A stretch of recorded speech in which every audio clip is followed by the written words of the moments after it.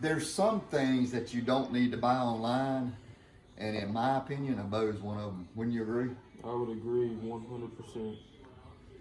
It's just, but because here's the deal, you think you're getting a great deal because you buy brand X online for $300. Well, then you bring it here, and you know you got to have a release, you got to have airs, you got to have somebody to set it up, which is you had to do what for this bow?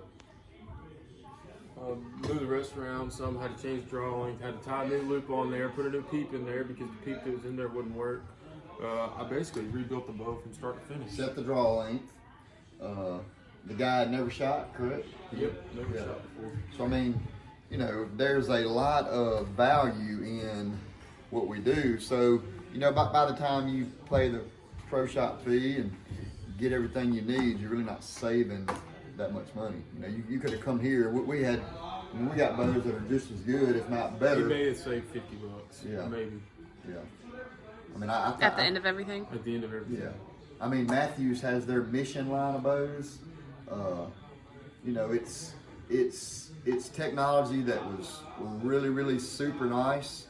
That Matthews has moved on from that technology, but so they just moved that old technology into their bows, and you know, that way you know, even if it's your first bow like that guy, you know you're just getting the right setup. So.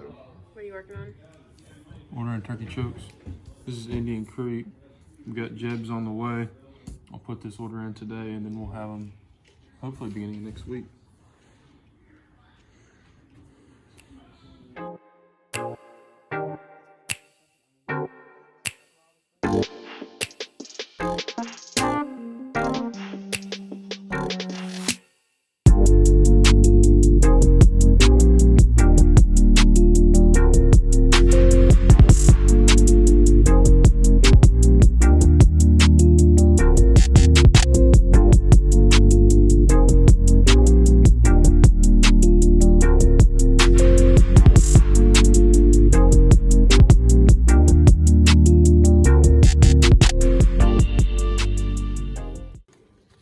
Has everybody met the Swede yet? Brad the Bowman. I like that little I do too. tag. It's kinda Brad the catchy. Bowman. He's our resident podcast listen to and Strong man. YouTube, and he's about to get married. He's very youthful and strong. He's an ex-pro athlete in his mind. In his mind, he was cleaning up for the Braves. Boxes first. You ready to go boxes first? Get it by myself. Second box. Yeah. Somebody needs to do it. That wooden thing. Tyler. You ready? No, it's gonna go. I've loaded them up before. Ready? Brother, why don't you hop up there and we'll hand it to you? See, we do lots more stuff like this at Owen's Outfitters. We don't just hunt fish all the time? No. Now put that over in the little cargo area there. Come on up. All right. A little more, or will it not go no more? A little bit. think we need to take those off. Just stack them up here. What was that?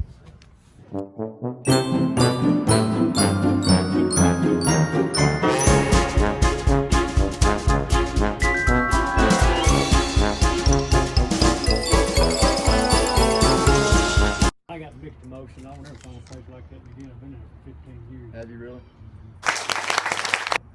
We sell sunglasses. You get $4 million a day. $4 million? Well, I'm trying to figure out if I could trade you some stands, but I don't know.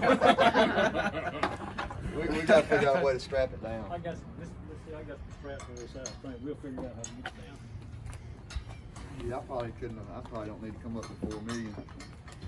My wife, man. I ain't worth $4 million, man. I mean, I could sell all my organs, man. Worth $4 million. Bank got plenty of money. Who? The bank.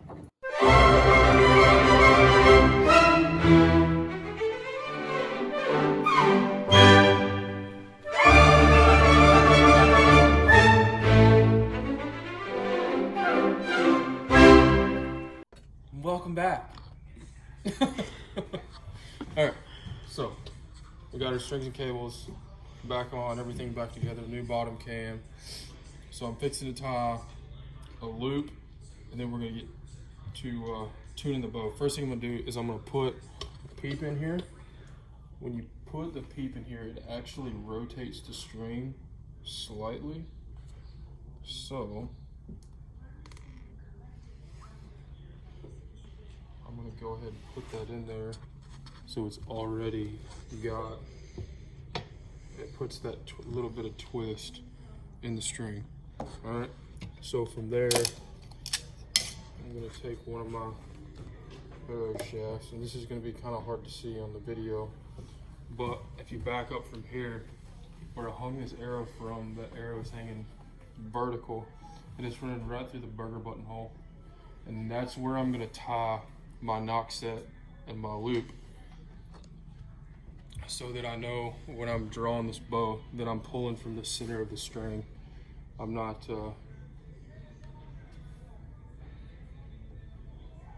pulling from above or below the center. I'm pulling directly from the center, and that these bows just generally tend to tune a little bit easier that way. So we'll take our serving.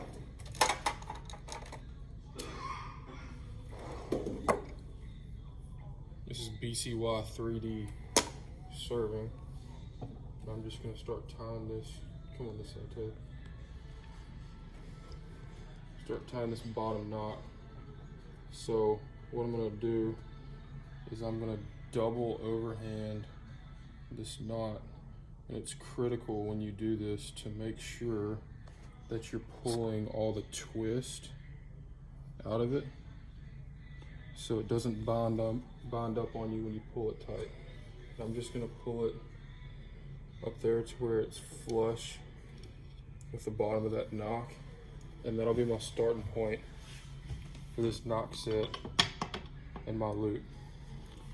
So that's our first one. Then we're gonna go, that was on the top side of the string. Now we're gonna go to the bottom. We're gonna do the same thing. We're gonna pass that tag in through twice. We'll pull it almost tight. Pull that twist out of there, and then pull it tight. So that's one top and bottom. Second on top. Pull that tight. You can see how these knots are stacking on top of each other real nice and clean. Do it again on the bottom.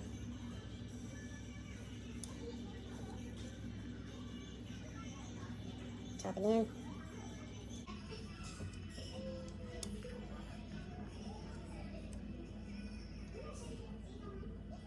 Bottom.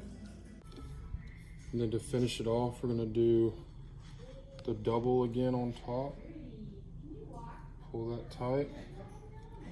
And then I'm just gonna finish this like you would a normal overhand knot. And this is pretty important. So when I pull this tight, you can see this knot is gonna set in between those last two slots, right in that gap. I'll pull it in there, pull it tight, and then I'm finished. Take your lighter, burn down the tags. And that's your knock set.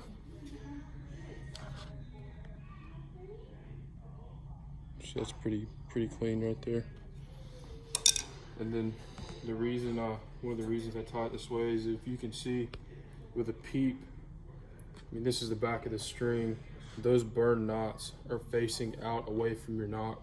So those will be out of the way of your loop and your knock and everything like that. So now we're gonna take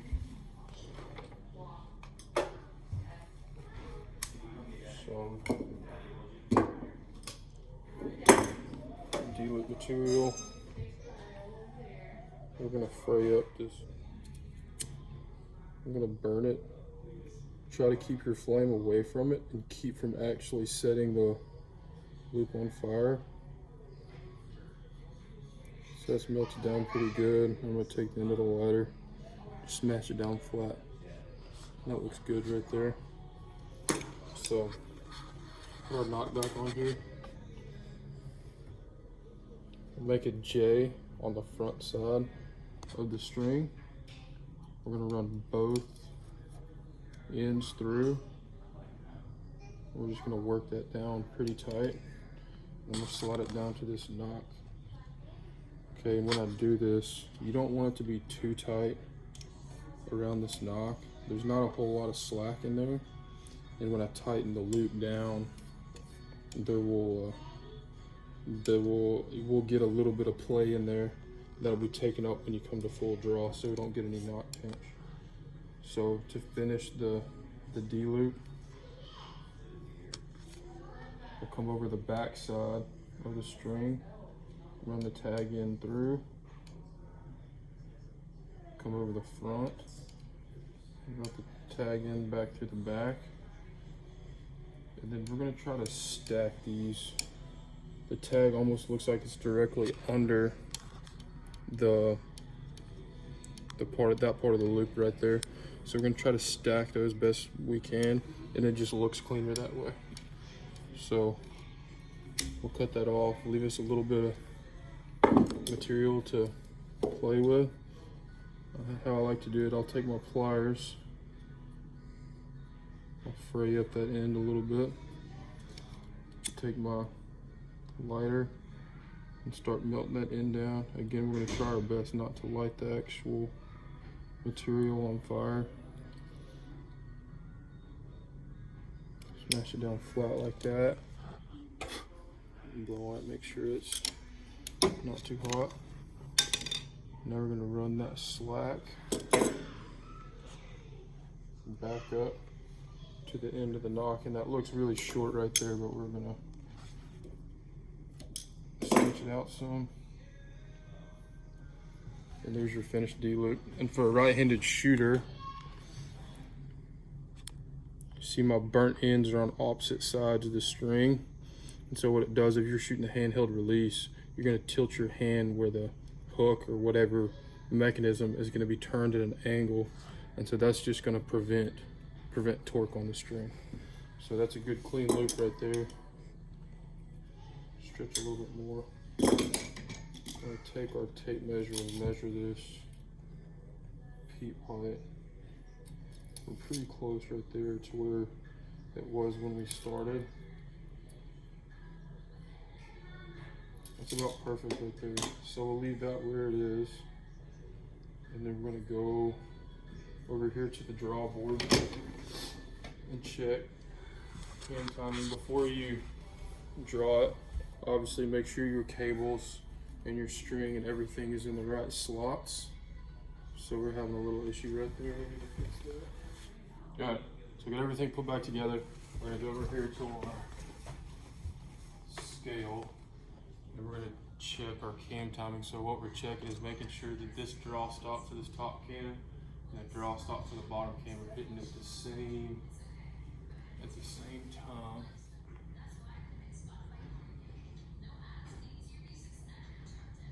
Alright, come here, Taylor.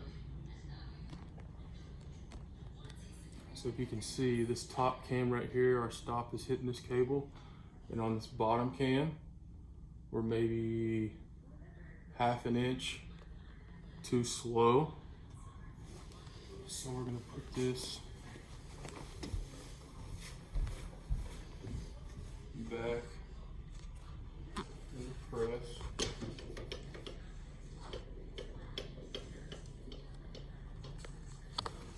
We're gonna add, I'm gonna do a twist and a half on this cable.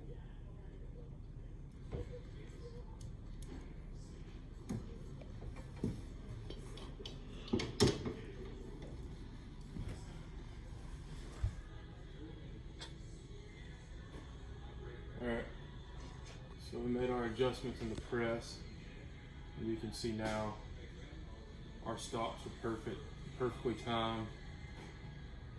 So, next thing we're going to do is we're going to put our timing cable in here for the rest, check our alignment, our arrow alignment, and then we're going to shoot it through the paper and see what it does. So, put it back in the press. We're going to split this down cable. Try to split it in half best you can. It's not super critical, so that's about right. Run our cable through there. Put our tension back on our string.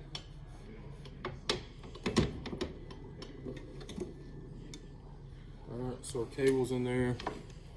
So we're gonna check our arrow and make sure. So we're a little bit knock high, we're not perfectly level. There's a little bit of downward angle on the arrow right here. So we're not gonna worry too much about that at the moment. Our peak alignment is okay. Center shot pretty good. So we're gonna shoot it.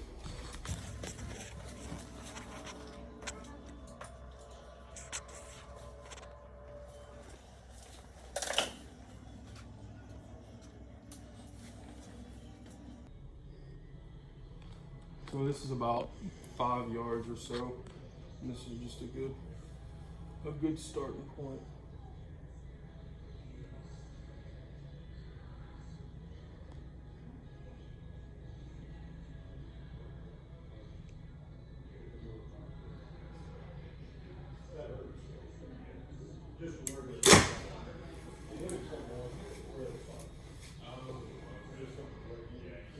So we can see that's almost a perfect bullet hole right here. We just got a little bit of down, a little bit knock low in it, and a hair knock to the left. So we're gonna check our alignment in. We might move the rest over just a smidge and then move it down just a hair, and then we should be good.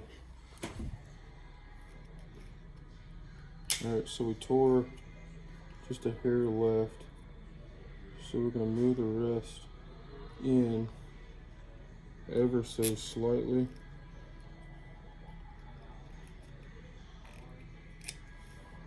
And then we're going to just barely bump it down. And that should fix our tube. That should fix.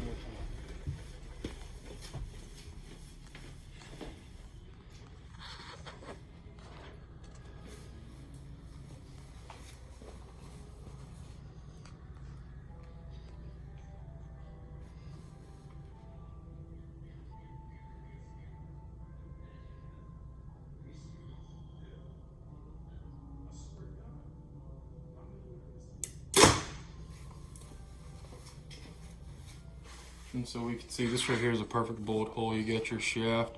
The front and the back of the shaft are coming in through the same spot, and you got your 3 veins right there. So that's what we're looking for every time we rebuild a bow.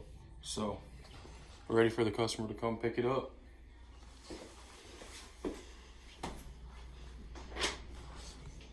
You still